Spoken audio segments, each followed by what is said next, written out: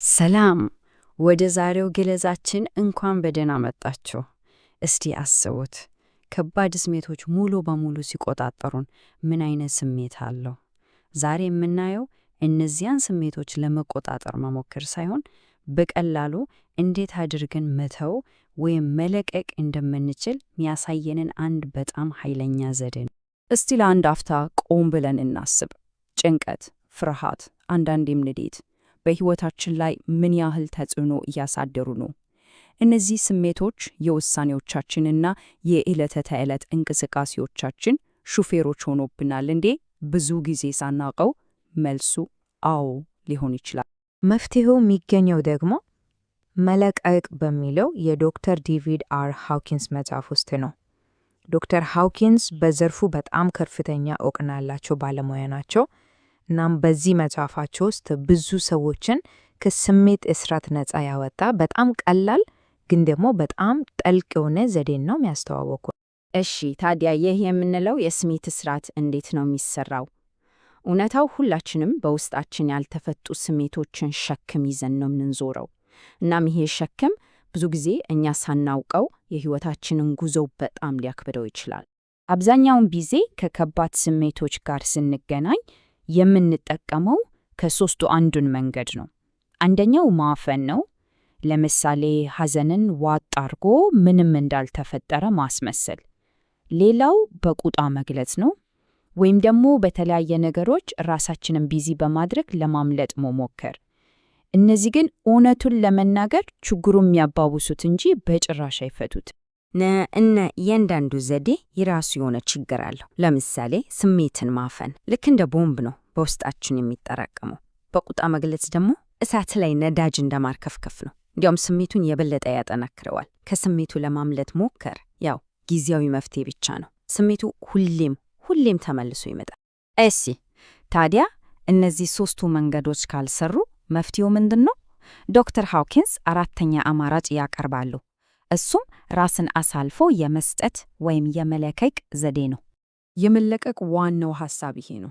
ስሜቱን መታገል ወይም ለመለወጥ መሞከር አይደለም፣ ዝም ብሎ እንዲሆን መፍቀድ ነው። ያ ማለት ስሜቱ ላይ ምንም አይነት ቁጥጥር ለማድረግ አንሞክርም። በቃ በራሱ ጊዜ ኃይሉ አልቆ እንዲጠፋ ዕድል እንሰጠዋለን። እስቲ ይህ ጥቅስ የሚፈጥረውን ስሜት አስቡት። ልክ ትከሻችን ላይ የነበረን በጣም ከባድ ሸክም ድንገት እንደማውረድ ማለት ነው። በቅጽበት የሚሰማን ዋው ትልቅ እፎይታ ነው። የመለቀቅ ኃይልም ልክ እንደዚህ ሆኖ።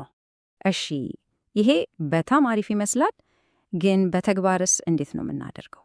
ጥሩ፣ አሁን ወደ ዋናው ተግባራዊ ክፍል እንሸጋገርና ደረጃ በደረጃ እንመልከተው። ሂደቱ በሚገርም ሁኔታ በጣም ቀላል ነው። እሺ፣ የመጀመሪያው ነገር ስሜቱ መኖሩን አምኖ መቀበል ነው፣ ሳንፈርድበት። እሺ፣ አሁን እንዴት የተሰማኝ ነው ማለት። ከዛስ ቀጥሎ ያንን ስሜት ለመቀየር ከመሞከር ይልቅ እንዲኖር መፍቀድ ነው። ምንም አናደርግም፣ ዝም ብለን እናየዋለን። ከዚያ ከሐሳቦቹ እንወጣና በሰውነታችን ውስጥ በሚፈጥሩ ስሜት ላይ ብቻ እናተኩራለን። በመጨረሻም ዝም ብለን እንጠብቃለን።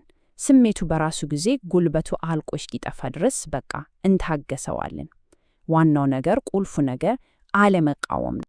እሺ፣ ግን ይህ ዘዴ ለምንድን ነው የሚሰራው? ሚስጥሩ ያለው ስሜቶች በተፈጥሯቸው ምን እንደሆኑ ከመረዳት ላይ ነው። ስሜቶች በራሳቸው ችግር አይደሉም፣ በፍጹም።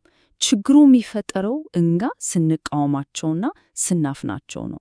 ይህ ተቃውሞ ልክ ወንዝን እንደመገደብ ነው። ውሃው እኮ አይጠፋም፣ ግፊቱ ግን በጣም ይጨምራል። እዚህ ላይ ያለው ንጽጽር በጣም ወሳኝ ነጥብ ያስረዳናል። አንድን ስሜት በተቃወምነው ቁጥር የበለጠ ኃይል እየሰጠነው ነው ማለት ነው። የምንቃወመው ነገር የበለጠ ይጠነክራል። ነገር ግን ስሜቱን ስንለቀው ወይም እንዲሆን ስንፈቅድለት የተጠራቀመው ጉልበት እንዲወጣና እንዲበተን ዕድል እየሰጠነው ነው። ታዲያ ይህንን የመለቀቅ ዘዴ በሕይወታችን ውስጥ በተደጋጋሚ ብንተገብረው ምን እናገኛለን? እመኑኝ፣ ጥቅሞቹ በጣም አስደናቂ ናቸው። ጥቅሞቹ ግልጽና ሕይወትን የሚለውጡ ናቸው። ከውስጣዊ ሰላምና ደስታ ጀምሮ ከሰዎች ጋር ያለን ግንኙነት እስከ መሻሻል ይደርሳል። ምክንያቱም ስሜታዊ ሸክሞችን ስናወርድ ለተሻለ አካላዊ ጤናና ለበለጠ የአእምሮ ነጻነት በራችንን እየከፈትና ማለት ነው። ይህንን ገለጻ የምንዘጋው በዚህ አስተሳሰብን በሚቀይር ጥቅስ ነው። ስሜት ማለት ማንነታችን አይደለም። ሰውነታችን የተጫወተው ያለ የአእምሮ ፕሮግራም ብቻ ነው።